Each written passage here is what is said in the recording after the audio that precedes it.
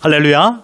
하나님의 크신 사랑이 우리 가운데 가득한 줄 믿습니다. 오늘 우리는 요한복음 14장 1절로 3절의 본문을 통하여 제목을 같이 한번 읽어보겠습니다. 시작.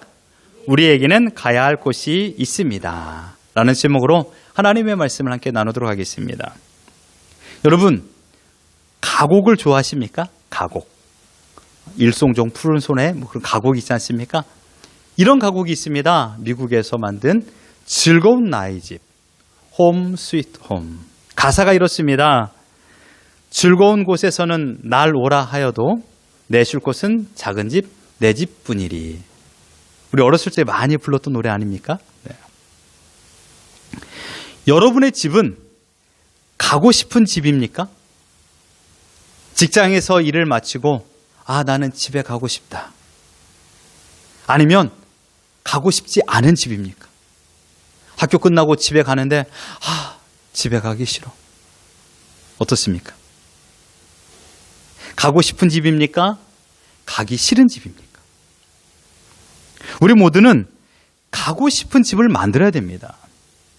한 사람의 노력으로 가고 싶은 집을 만들 수가 없어요. 누군가는 희생해야 됩니다. 더 사랑하는 사람이 희생해서 오래 참고 이해하고 배려해야만이 가고 싶은 집을 만들 수가 있어요.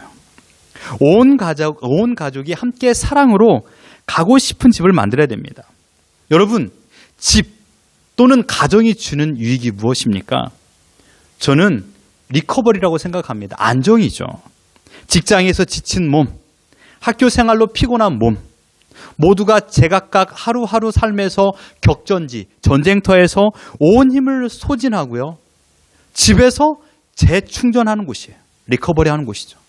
그런데 집에서 더 많은 체력과 에너지를 소비해버린다면 그 다음날 살아갈 힘이 없어요. 집은 안전과 평안과 회복을 제공하는 곳입니다. 그래서 세상의 많은 곳에서는 내게로 와라. 그래서 이곳에 쉬어라 라고 우리를 유혹합니다. 그러나 우리는 말해야 됩니다. 내 쉴 곳은 작은 집, 내 집에서 나는 쉴 것이다 라고 말해야 됩니다. 이번 2023년도는 우리 모든 성도님들의 가정이 가고 싶은 집이 되기를 예수 그리스도로 축원합니다. 오늘 본문의 말씀을 생각해 봅시다. 오늘 본문의 전반적인 분위기는요, 근심입니다. 근심. 근심하고 있는 사람은 누굽니까? 예수님의 제자들이에요. 제자들이 무엇 때문에 근심했습니까? 근심의 원인은요, 예수님의 말씀 때문이었어요. 예수님의 말씀, 요한복음 13장 33절 같이 한번 읽어봅니다. 시작. 너희가 나를 찾을 것이나 일찍이 내가 유대인들에게 너희는 내가 가는 곳에 올 수 없다고 말한 것 같이 지금 너희에게도 이르노라. 이 말이 무슨 말입니까? 나는 곧 죽을 것이다. 나는 곧 죽어서 이 세상을 떠날 것이다 라는 말이었습니다. 이 말 때문에 오늘 요한복음 14장 1절에 예수님께서 말했어요. 너희는 근심하지 말아라. 즉 예수님의 제자들은 근심하게 된 거예요. 왜요? 예수님이 죽어서 이 세상을 떠날 것이라는 말씀을 들었기 때문입니다. 주님 자신은 이 세상에 온 이유를 정확히 알았습니다. 그것은 무엇입니까? 십자가에서 죽고 하나님의 대업을 이루는 것입니다. 즉 아버지께로 돌아가기 위하여서 죽음이라는 길을 걸어야만 했기 때문입니다. 예수 그리스도는요, 십자가에 달려 죽을 존재로 이 땅에 왔습니다. 그것은 하나님의 공의와 사랑, 곧 십자가에서 그 모든 것을 이루기 위한 것입니다. 단번에 드려질 대속의 양으로 이 땅에 오셨습니다. 예수님께서 십자가에 달림은요, 그러므로 슬픈 순환의 이야기, 슬픈 고난의 이야기가 아니라 우리에게는 가장 큰 소망과 기쁨의 이야기입니다. 그러니 복음이에요. 복된 소식. 예수 그리스도의 죽음이 우리에게는 복된 소식이라는 것입니다. 하나님께서 우리를 사랑하기로 작정하셨습니다. 그 작정의 완성이 십자가였어요. 그러므로 예수님은 우리를 위하여 죽으신 것입니다. 예수님의 사랑을 한마디로 정의한다라면 자신을 내어주신 거예요. 어떻게 해요? 생명을 주신 거예요. 나를 내어서 죽임으로 말미암아 너를 살린다 이것입니다. 이보다 아름다운 메시지가 성경에 어디 있습니까? 로마서 4장 25절 같이 한번 읽어보겠습니다. 시작. 예수는 우리가 범죄한 것 때문에 내줌이 되고 또한 우리를 의롭다 하시기 위하여 살아나셨느니라. 죽으시고 살아나셨어요. 왜요? 우리를 살리기 위해서요. 그렇기 때문에 예수님의 말씀은 내가 너를 살리기 위하여 나를 죽일 거야 라는 말입니다. 그런데요, 이 엄청난 사랑의 과업을 이루심을 제자들에게 말했지만 제자들은 그곳에서 기쁨을 누린 것이 아니라 근심하게 된 겁니다. 왜 근심했을까요? 사랑하는 주님이, 스승님이 떠나서일까요? 물론 그런 마음도 100% 중에 10%는, 10%는 있을 거예요. 그러나 제자들은요, 예수님을 따랐던 이유가 있었습니다. 그것은 무엇입니까? 예수님을 통하여 자신이 큰 권력을 얻기 위한 것이었습니다. 예수님을 통하여 인기와 명성을 얻기 위하여 주님을 쫓았던 것입니다. 그런데 자신이 소망했던, 자신의 꿈을 이루어줄 그 스승, 선생이 죽어 없어진다니 마음속에 근심이 찾아왔던 것입니다. 예수님의 제자들은 자신의 이익을 위하여, 목적을 위하여 주님을 쫓았던 것입니다. 목적을 위한 팔로우가 있었던 것이죠. 3년 동안 온 힘을 다하여 주님을 따라 자신의 모든 시간을 소비했지만, 주님께서 큰 명예를 줄 거로 생각했지만 주님이 떠난다는 말을 들었을 적에 그들은 근심하게 된 것입니다. 갈등하게 되었습니다. 흔들리게 된 것입니다. 여러분, 제자들이 근심했던 근심과 우리의 근심은 좀 다를 수도 있습니다만은 우리도 근심 속에 살아가고 있습니다. 옆 사람이면 물어보십시오. 무엇 때문에 근심했습니까? 시작. 무엇 때문에 근심했습니까? 네. 무엇 때문에 근심의 문제로 어젯밤 잠을 제대로 청하지 못했습니까? 의식주 문제로 우리는 근심합니다. 관계 문제, 릴레이션십 때문에 근심합니다. 미래 문제, 나는 앞으로 어떻게 될까? 나는 학교를 어디로 갈까? 우리 사업은 어떻게 될까? 이 미래 문제 때문에 근심합니다. 살아가야 되는데 살아갈 수 있는 힘이 없으니까 근심합니다. 그런데 여러분, 자세 생각해 보십시오. 그 중심에 누가 있을까요? 그 근심의 중심에 내가 도사리고 있습니다. 나의 만족, 내가 원하는 것을 이루지 않을 때 나타나는 반응은 근심이에요. 생각해 보세요. 내가 원하는 대로 사업이 다 잘 되고요. 내가 원하는 대로 시험을 잘 보고요. 내가 원하는 대로 모든 관계가 회복이 되면 근심할 필요가 없어요. 그런데 내 뜻대로 일이 되어지지 않으니까 근심하는 거예요. 근심의 원인은 나예요. 내가 무엇을 이루려고 할 때 근심하게 됩니다. 내가 할 수 없는 한계에 봉착했을 때, 이때 근심하게 되는 거예요. 그러니 그 근심하는 것은요, 내 마음이 요동치고 있다라는 거예요. 내 마음이 두 개로 갈리워진 거예요. 이게 근심이라는 뜻입니다. 주님은 제자들에게 근심하지 말아라 라고 명령하셨습니다. 그리고 하나님을 믿으니 또 나를 믿으라 라고 말씀하셨습니다. 그러니 여러분, 이렇게 생각해 보십시오. 근심의 반대말은 근심하지 않음이 아니에요. 근심의 반대말은 믿음이에요. 믿음.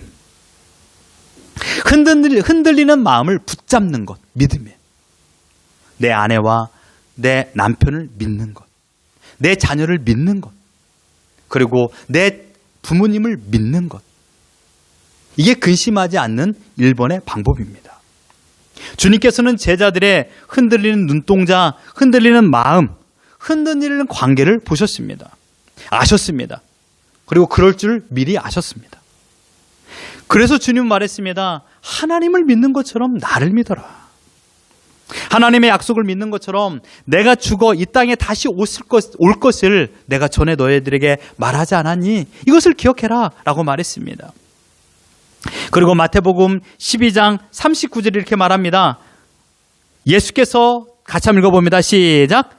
예수께서 대답하여 이르시되 악하고 음란한 세대가 표적을 구하나 선지자 요나의 표적밖에는 보일 표적이 없느니라. 나는 죽었다가 다시 살아날 것이다. 요나가 3일 동안 깊은 바닷속에 거했다가 다시 살아난 것처럼 내가 다시 살아나서 너희들에게 안정을 허락할 것이다. 그 약속을 너희가 믿어라 라고 말하고 있는 것입니다. 매일 우리가 근심해야 될 만한 합당한 이유가 있습니다. 여러분, 근심에서 자유할 사람은 없어요. 그렇기 때문에 주님께서도 우리에게 말했습니다. 인간은 누군가? 인간은 어떤 존재인가? 마태복음 11장 28절 같이 한번 읽어봅니다. 시작. 수고하고 무거운 짐진 자들아 다 내게로 오라. 내가 너희를 쉬게 하리라. 주님께서 인생을 향하여, 인간을 향하여 정의를 내렸어요. 뭐라고요? 수고하고 무거운 짐진 자. 우리 모두는 짐을 지고 있어요.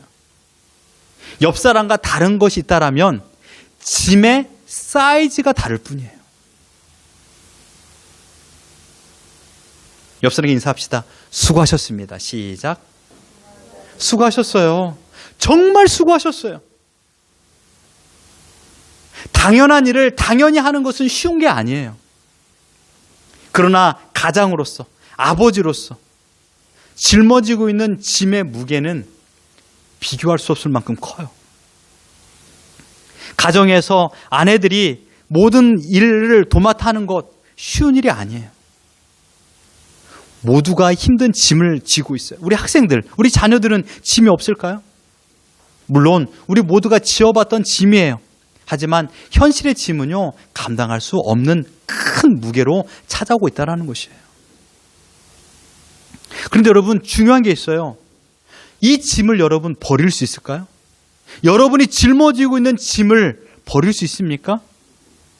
버릴 수 있는 짐이라면요, 근심이 되지 않습니다. 버릴 수 없기 때문에 근심으로 찾아오는 것입니다. 그래서 수고하고 무거운 짐진 자들에게 주님께서 말한 겁니다. 나를 믿어라. 그리고 내가 너를 쉬게 하리라. 그런데 여러분, 오늘 본문에서 나를 믿고 내가 너희를 쉬게 하겠다라는 주님의 약속이 있다라는 걸 여러분 아십니까? 오늘 말씀의 핵심입니다. 2절과 3절 같이 한번 읽어봅니다. 시작. 내 아버지 집에 거할 곳이 많도다. 그렇지 않으면 너에게 일렀으리라. 내가 너희를 위하여 처소를 예배하러 가노니 가서 너희를 위하여 처소를 예배하면 내가 다시 와서 너희를 내게로 영접하여 나 있는 곳에 너희도 있게 하리라. 아멘. 주님께서 떠나시는 목적이 있어요. 주님께서 제자들을 떠나신 목적, 주님께서 십자가에 달려 죽으실 목적이 있어요. 그 목적이 무엇입니까? 우리의 처소를 예배하기 위하여서, 우리의 처소를 예비하기 위하여서 주님께서 떠나신다라고 말하고 있습니다. 주님이 떠나시는 것은 제자들에게 근심거리가 아니라는 것이에요. 주님께서 떠나시는 것은 제자들에게 염려가 될 수 없다라는 것이에요. 너희들에게 진정한 평안과 안식을 줄 터이니 나를 믿어라 라고 말하고 있는 것입니다. 주님이 약속하신 처소는 어디입니까? The Kingdom of God, 바로 천국 하나님의 나라입니다. 당시 제자들에게 마주하는 현실과 동떨어지는 이야기처럼 들려져요. 주님, 우리는 이 땅에서 잘 되는 것을 원합니다. 내가 높은 자리에 앉기를 원합니다. 부유와 명성을 갖기를 원합니다. 라고 주님께서 요구했지만 아니야. 내가 너에게 줄 것은 이 땅에서의 잘됨이 아니라 영원한 천국이다 라고 말씀하고 있는 거예요. 어떻습니까? 여러분들이 소망하고 있는 건 이 땅에서의 잘됨입니까? 이 땅에서 부유하고 명성을 얻는 것입니까? 내가 원하는 것이 모두가 잘 되는 것일까요? 물론 하나님을 믿음에 하나님께서 우리에게 허락하신 복의 종류일 수도 있어요. 그러나 그것이 궁극적인 복은 아니라는 것입니다. 최상의 복, 주님께서 우리에게 약속하신 복은 바로 천국이에요. 오늘 이 세상의 삶을 살아가는 우리에게도 마찬가지입니다. 천국은 성도의 궁극적인 목적이 되어야 됩니다. 믿음의 목적. 세상에 주는 모든 걱정과 근심과 수고가 끝나는 곳이 바로 죽음 너머에 있는 천국이에요. 그러나 여러분, 죽음을 두려워하지 마십시오. 죽음은 천국으로 들어가는 관문이에요. 이 땅의 수고와 이 땅의 어려움과 이 땅의 괴로움이 끝나는 시간이 죽음이에요. 죽을 때까지 우리는 근심 속에 살아갈 것이에요. 우리 노모님도, 우리 여러분의 부모님, 아버지들도 지금 이 시간에 자녀 걱정하지 않습니까? 맨날 90 드신 분도, 100세 되신 분도 밥은 잘 먹고 다니냐? 70 먹은 자기 딸에게 그렇게 말하지 않습니까? 항상 자녀 걱정하고 있어요. 이 모든 걱정이 끝나는 시간이 언제냐고요? 바로 천국문에 다다를 때입니다. 영원한 안식을 누릴 수 있는 이 소망이 있기 때문에 우리는 이 땅에서 수고를 마다하지 않고 허락하신 하나님의 일을, 과업을, 기업을 오늘 담당하고 있는 것입니다. 여러분, 기억하십시오. 지금 여러분의 사업, 여러분의 가정은 짐이 아닙니다. 옆 사람 인사합시다. 당신은 짐이 아닙니다. 시작. 당신은 짐이 아닙니다. 당신은 짐이 아니에요. 내가 사랑할 사람이고 행복한 가정을 함께 만들 동반자입니다. 우리 가족은 짐이 아니에요. 내 자녀는 짐이 아니에요. 하나님께 허락하여 주신 사랑받을 대상이라는 것입니다. 혹시 여러분 이런 말 아십니까? 돌아갈 곳이 없는 여행은 즐겁지 않다. 박 집사님 가정이 한국에 계속 체류하고 있다면 그 여행은 즐겁지 않았을 것입니다. 이 집사님 한국에 갔다 오셨어요. 한국에 계속 머물고 있다면 즐겁지 않을 것이에요. 그러나 돌아갈 집이 있기 때문에 행복한 것입니다. 아무리 초호화 유람선을 타고 세계를 일주한다 할지라도 돌아갈 곳이 없는 여행은 여행이 아니라 방랑이에요. 돌아갈 곳이 있기 때문에 행복한 것입니다. 아, 일 마치고 내가 돌아갈 집이 있기 때문에 행복한 거예요. 저는 하루 종일 일하면서 누구 한 사람을 생각해요. 그 사람만 생각하면 너무 마음이 따뜻해지고 기뻐요. 그래서 하루를 이겨냅니다. 돌아갈 집이 있기 때문인 것이죠. 탕자의 비유를 보십시오. 탕자가 그래도 인생의 끝자락에 서 있지만 마지노선이 있었던 이유는 무엇일까요? 돌아갈 집이 있었기 때문이에요. 탕자는 믿음이 있었습니다. 나에게는 돌아갈 집이 있다. 그곳에는 나를 사랑하는 내 아버지가 계시다. 그 믿음이 있었기 때문에 탕자는 오랜 방황을 쉽게 끝낼 수 있었던 것입니다. 소망의 사도라고 불리웠던 베드로가 이렇게 말합니다. 베드로전서 1장 21절 제가 읽어드리겠습니다. 너희는 그를 죽은 자 가운데서 살리시고 영광을 주신 하나님을 그리스도로 말미암아 믿는 자니 너희 믿음과 소망이 하나님께 있게 하셨느니라. 사도 베드로는요, 예수님께서 말씀하신 내가 처소를 예비하러 간다라는 이 말씀을 믿었습니다. 이 믿음이 그에게 소망이 된 것입니다. 그래서 사도 베드로의 별명이 소망의 사도였어요.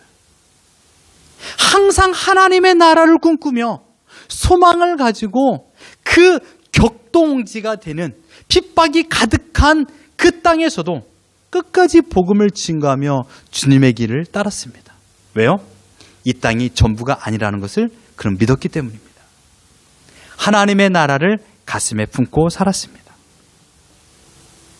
하나님의 자녀가 되는 그 순간, 예수님을 나의 구주로 영접하는 그 순간 우리는 하나님 나라의 백성이 되었고 광야의 인생이 끝이 아니라 우리가 가야 할 집이 있다는 것을 깨닫게 됩니다. 그러므로 지금 예수 그리스도를 내가 나의 구주로 믿고 살아간다면 그때부터 시작된 인생길은요, 광야의 인생길이지만 천국의 여정이라는 것이에요. 천국을 향하여 걸어가는 길이라는 것입니다. 주님은 제자들에게 이렇게 말했습니다. 내 아버지의 집에 거할 곳이 많도다. 여기에서 거할 곳이라는 단어는요, 헬라어로 모나이라는 단어인데요, 영어로는 맨션이라는 뜻입니다. 예수님께서 직접 완성한 집이에요. 만들어질 집이 아니라 완성된 집이라는 것입니다. 내 아버지의 집에 거할 처소가 많다. 이 말은 하나님의 나라가 완성되었다라는 말입니다. D.L. 무디는 이렇게 말했습니다. 준비된 천국을 믿고 소망하는 신자는 벌써 천국에 들어가는 생활을 하고 있다. 내가 예수님을 믿고 하나님의 천국이 있다는 것을 믿는다라면 천국 삶을 오늘 살고 있다는 것입니다. 예수님은 죽고 나서 천국에 갈 것이다 라고 말한 적이 없습니다. 예수님은 언제나 천국이 지금 너희 가운데 있다라고 말했습니다. 지금 천국이 너희 안에 임했다라고 말했습니다. 천국은 그러므로 죽고 나서 가는 나라가 아니라 지금 여기에서 예수 그리스도를 믿음으로 말미암아 우리가 누리는 곳이 되는 곳입니다. 여러분, 우리의 시민권은 오스트리안 시티즌을 갖는 것도 있지만 더 큰 시민권은 바로 천국권입니다. 빌립보서 3장 20절에 보면 그러나 우리의 시민권은 하늘에 있는지라 라고 말하고 있습니다. 여러분, 내가 예수님을 믿는다라면, 내가 하나님의 자녀라면 우리는 지금 천국 시민권을 얻은 것입니다. 이 소망을 가지고 오늘을 살아가는 것이에요. 여러분, 마지막 날이 되어서 우리의 생애가 마치고 하나님 앞에 돌아갔을 때 우리는 이렇게 인사를 해야 됩니다. 하나님, 이 세상에서 잘 살고 돌아왔습니다. 하나님, 이 세상에서 잘 살고 내가 돌아왔습니다. 말씀을 결론 짓겠습니다. 옛 사람들은 인생을 정의하기를 나그네 인생이라고 했습니다. 나그네 인생. 인생은 나그네라는 것이죠. 나그네와 같이 떠돌이 삶을 살아가는 것입니다. 그런데 여러분, 돌아갈 곳이 있는 사람은요, 나그네예요. 그러나 돌아갈 곳이 없는 사람은 떠돌이입니다. 히브리서 11장 16절에 보면 그들이 이제는 더 나은 본향을 사모하니 곧 하늘에 있는 것을 사모할 자니라 라고 말하고 있습니다. 우리가 사모해야 될 것은요, 바로 하나님 나라입니다. 왜냐하면 우리는 가야 할 곳이 있기 때문입니다. 하늘에 있는 고향을 더 나은 고향이라고 말하고 있습니다. 우리는 땅 위에 있는 허무한 고향을 찾아 헤매이는 떠돌이가 아니라 더 나은 고향을 향하여 살아가고 있는 나그네입니다. 이 세상에 가장 불행한 사람은 누군지 아십니까? 돌아갈 곳이 없는 사람이에요. 집이 없는 사람이 가장 불행한 사람입니다. 이 세상은 우리에게 잠시 머물다가 사라지는 곳입니다. 어떤 이에게는 100년이고요. 짧게는 50년이고요. 평균 70년 이 세상을 살다가 우리는 하나님의 처소, 하나님께서 예비하신 처소를 향하여 갈 것입니다. 우리가 영원히 살 곳은 하나님 나라입니다. 찬송가 479장 1절에 보면 가사가 이렇습니다. 괴로운 인생길 가는 몸이 평안히 쉴 곳이 아주 없네. 걱정과 고생이 어디는 없으랴. 돌아갈 내 고향 하늘나라라고 하고 있습니다. 사랑하는 성도 여러분, 우리는 행복한 나그네입니다. 우리 함께 옆 사람에게 인사합시다. 당신은 행복한 나그네입니다. 당신은 행복한 나그네입니다. 가야 할 집이 있는 행복한 나그네입니다. 이 집은 어떤 집입니까? 예수님께서 생명을 주고 우리에게 허락하여 주신 처소입니다. 전상시인 청상병 시인이 귀천이라는 시를 썼습니다. 나 하늘로 돌아가리라. 아름다운 이 세상 소풍을 끝내는 날 가서 아름다웠다라고 말하리라. 우리는 가야 할 곳이 있습니다. 그것은 하나님 아버지의 품입니다. 여행이 즐거운 곳은 돌아갈 곳이 있기 때문입니다. 우리가 소풍을 끝내고 마침내 하나님 나라에 다다랐을 때 우리 하나님 아버지께서 우리에게 이렇게 말해 줄 것입니다. 잘 살았다. 잘하였다. 나에게 주어진 모든 짐을 너가 잘 짊어지었구나. 이제 이곳에서 편안히 쉬어라 라고 말씀하실 것입니다. 따라해 보겠습니다. 우리에게는 가야 할 곳이 있습니다.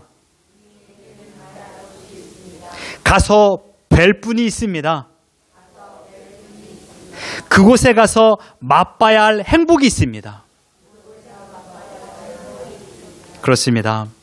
우리에게는 돌아갈 곳이 있기 때문에, 가야 할 곳이 있기 때문에 행복을 누릴 자들입니다.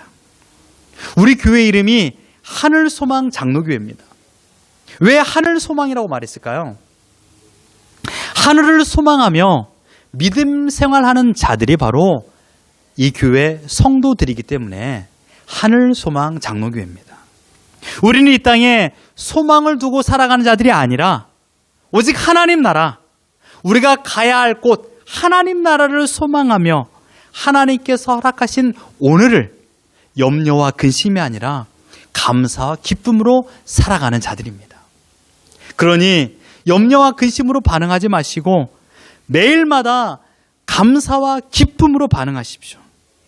천국에 대한 믿음을 포기하지 마십시오. 하나님께서 나에게 허락하신 이 짐은 결코 무거운 짐이 아니에요. 내가 사랑으로 감당해야 될 짐입니다.